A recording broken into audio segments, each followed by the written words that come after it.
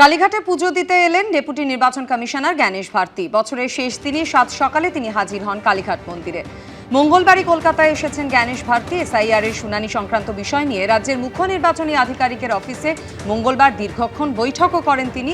আর আজ বছরের শেষ দিন ৭ সকালেই তিনি পৌঁছে গিয়েছেন কালীঘাট মন্দিরে।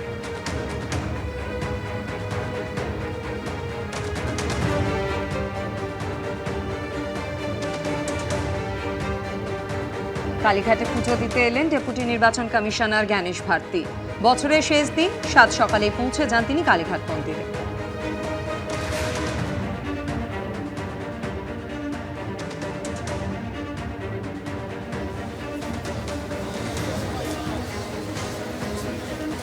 Sir good morning sir. मासी क्या मांग रहा सर? मासी बोलবেন না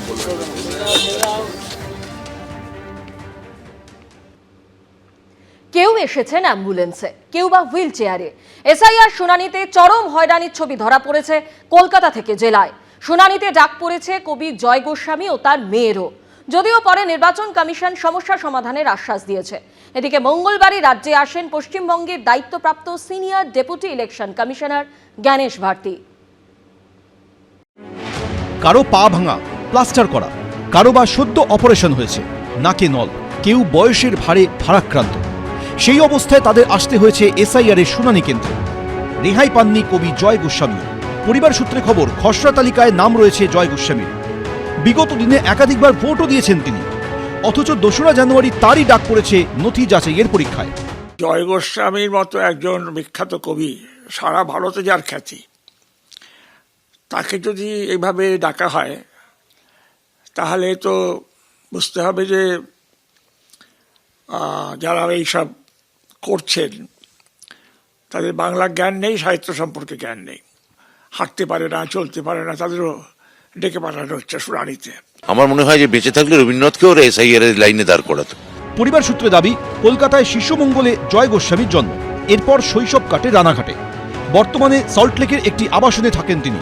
শুধু তিনিই নন, শুনানি পর্বে ডাক পড়েছে জয় গোস্বামীর মেয়েরও। পরিবার সূত্রেই জানা যাচ্ছে, জয় গোস্বামীর সম্প্রতি একটি অপারেশন হয়েছে, শরীর অসুস্থ। এই অবস্থায় হাজিরার নির্দেশে ক্ষোভ চেপে রাখেনি পরিবার। মায়ের কাছে গতকাল ফোন আসে যে আমাকে আর জয়কে যেতে হবে হিয়ারিং এর জন্য। তো জয়ের তো এখন অপারেশন হয়েছে কয়েকদিন আগেই, এবং জয়ের কমপ্লিটলি বাড়ি থেকে বেরোনো বারণ, ফোনও ধরছে না, খুব বেশি কথা বলাও বারণ।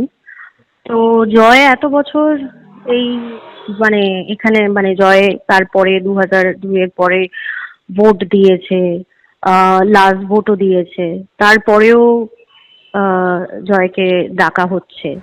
সূত্রের খবর, এই খবর সম্প্রচারের পরই নির্বাচন কমিশনের তরফে যোগাযোগ করা হয় জয় গোস্বামীর পরিবারের সঙ্গে। তারা সমস্যা সমাধানের আশ্বাস দিয়েছেন। এদিন একাধিক জেলায় চোখে পড়ল শুনানি পর্বে এই হয়রানির ছবি। বীরভূমের বোলপুরের বাসিন্দা সজল বাগ, সম্প্রতি তার মুখে অস্ত্রোপচার হয়েছে। ডাক্তার বেডরেস্টের পরামর্শ দিলেও আসতে হয়েছে এসআইআর শুনানিতে। সারা জীবন মার্চেন্ট নেভিতে চাকরি করেছি, আমার কাছে কেন্দ্রীয় সরকারের সার্টিফিকেট সমস্ত হয়েছে, পাসপোর্ট রয়েছে এত বছর ধরে। তারপরে এসে প্রমাণ করতে হচ্ছে আমি ভারত সরকারের লোক, ভারতবর্ষের লোক। এর থেকে দুঃখের আর কি আছে? আমার ঘৃণা করছে, লজ্জা করছে। জলপাইগুড়ি সদর ব্লকের বাসিন্দা ৬২ বছরের তুষ্ট সরকার। পা ভাঙা, লোহার পাত বসানো হয়েছে, পরের সপ্তাহে অপারেশন হবে। সেই অবস্থায় টোটোয় চেপে আসতে হয়েছে শুনানি কেন্দ্রে। কতক্ষণ ধরে ওয়েট করছেন আপনারা? মোটামুটি ৩-৪ ঘন্টা তো হবে। অ্যাম্বুলেন্সে চড়েই শ্রীনিকেতন ব্লকে শুনানি কেন্দ্রে এসেছেন পুতুল দাস প্রামাণিক নামে এই মহিলা। নার্ভের সমস্যার কারণে স্বাভাবিক চলাফেরাই করতে পারেন না তিনি। অ্যাম্বুলেন্সের বেডে শুয়েই সই করলেন প্রয়োজনীয় নথিতে। কাকদ্বীপে দেখা গেল এই ছবি। নথি যাচাইয়ের পরীক্ষায় আসতে হয়েছে বিশেষভাবে সক্ষম এই মানুষটিকে। এদিকে মঙ্গলবারই রাজ্যে আসেন পশ্চিমবঙ্গের দায়িত্বপ্রাপ্ত senior deputy election commissioner Gyanesh Bharti. কলকাতায় পৌঁছেই তিনি চলে যান বাগুইআটির একটি শুনানি কেন্দ্রে। সেখানেও শুনানি কেন্দ্রে উঠে আসে একাধিক হয়রানির অভিযোগ। অসুস্থ যারা, তারা আসতে পারছে না, অ্যাম্বুলেন্সে করে আসছে, তারপরে নাকে অক্সিজেনের সিলিন্ডার লাগিয়ে আসছে, সন্তান সম্ভব যারা তারা আসছে। এগুলো তো খুব ইনহিউম্যান না। এটা একটা গণতান্ত্রিক দেশে এটা তো হওয়া উচিত না। না কি বলবো বল। Sir, many people, aged people above 70, they are complaining that only 85 years age mark is not enough.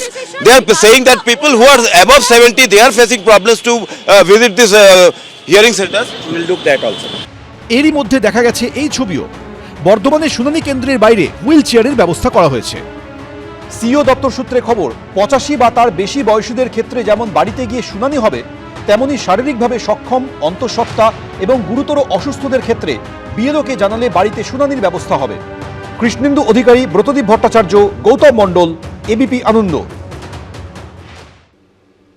পশ্চিমবঙ্গে এসআইআর ঘিরে তপ্ত রাজনীতি। ফের নাম না করে মুখ্য নির্বাচন কমিশনার জ্ঞানেশ কুমারকে নিশানা করলেন মমতা বন্দ্যোপাধ্যায়। বিজেপি এবং নির্বাচন কমিশনের আঁতাতের অভিযোগও তুললেন তিনি। পাল্টা আক্রমণ শানিয়েছেন অমিত শাহ। ওদের টার্গেট হচ্ছে ইলেকশন কমিশনকে সামনে রেখে, সে হচ্ছে বিজেপির বড় দালাল। वो हारने के बाद शायद ऐसा कही कि मेरे कार्यकर्ता ही बीजेपी में चले गए। এসআইআর এর শুনানি পর্ব চলছে। হিয়ারিং এ বিএলএদের থাকা নিয়ে রাজনৈতিক টানাপোড়েন তুঙ্গে উঠেছে। বয়স্ক অসুস্থদের হিয়ারিং এ ডাক পড়ার হয়রানির অভিযোগ ঘিরেও চরমে উঠেছে চাপানোতর। এই আবহে ফের নির্বাচন কমিশনকে নিশানা করলেন মমতা বন্দ্যোপাধ্যায়। আমি পরিষ্কার করে বলছি, যাদের 54 লক্ষ মানুষের নাম বাদ গেছে তারা আবার অ্যাপ্লাই করবেন। দিল্লি থেকে বিজেপির একজন বসে আছে আইটি সেলের, তিনি ইলেকশন কমিশনের অফিসে বসে ইয়ারোদের নামে মিথ্যে কথা বলে, ইয়ারোরা জানে না তাদের নামে সই করে ওই নামগুলো বাদ দিয়েছে। এটা করতে ওরা বাধ্য, এটা আপনাদের অধিকার, না হলে ঘিরে বসে থাকবেন মেয়েরা।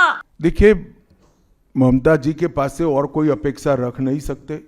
उनके खिलाफ जजमेंट आएगा तो जुडिशरी बीजेपी की है, इलेक्शन कमीशन घुसपैठिया हटाएगा, एसआईआर लाएगा तो इलेक्शन कमीशन बीजेपी का है।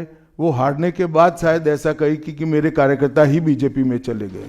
নাম না করে মুখ্য নির্বাচন কমিশনারকেও কার্যত হুঁশিয়ারি দিয়েছেন তৃণমূল নেত্রী। আমি একজন ভ্যানিশ কুমারের কথা বলছি, নকল ভ্যানিশ কুমার, ঘরে বসে নাম কাটছে এআই দিয়ে। একদিন দেখবেন আপনার নামটাই কেটে গেছে, বিজেপি চিরকাল থাকবে না। সেদিন মনে রাখবেন, আপনার পরিবারের ওই ডিএমও থাকবে না, আর আপনার পরিবারের এসপিও থাকবে না। নিজের পরিবার গোছানোর জন্য বিজেপির দালালি ভাবছেন, এখন শান্তিতে ঘুরে যাচ্ছেন, তাই এরপর ইলেকশন করতে আসবেন না, বাংলার নাড়ু খাবেন তখন। তিলক মার্গ বলে একটা রাস্তা আছে দিল্লিতে, তার ঠিক বাঁ পাশেই হচ্ছে দেশের সুপ্রিম কোর্ট। অভিষেক মনু সিংভির মতন লোক আছেন জনগণের টাকায়, যিনি তাদেরকে ফিস দেন। তাহলে তাকে নিয়ে একটা মামলা করিয়ে দিন। এত মুখে এত বলার কি আছে, এই হচ্ছে তাই হচ্ছে। আমরা তো চাইছি প্রশাসনিকভাবে মমতা একটা মামলা করুন। এসআইআর আবহে ক্রমেই নির্বাচন কমিশনের সঙ্গে তৃণমূলের সংঘাতের পারদ চড়ছে। আশাবুল হোসেন, সন্দীপ সরকার, দীপক ঘোষ, এবিপি আনন্দ। এবিপি আনন্দ, এগিয়ে থাকে, এগিয়ে রাখে।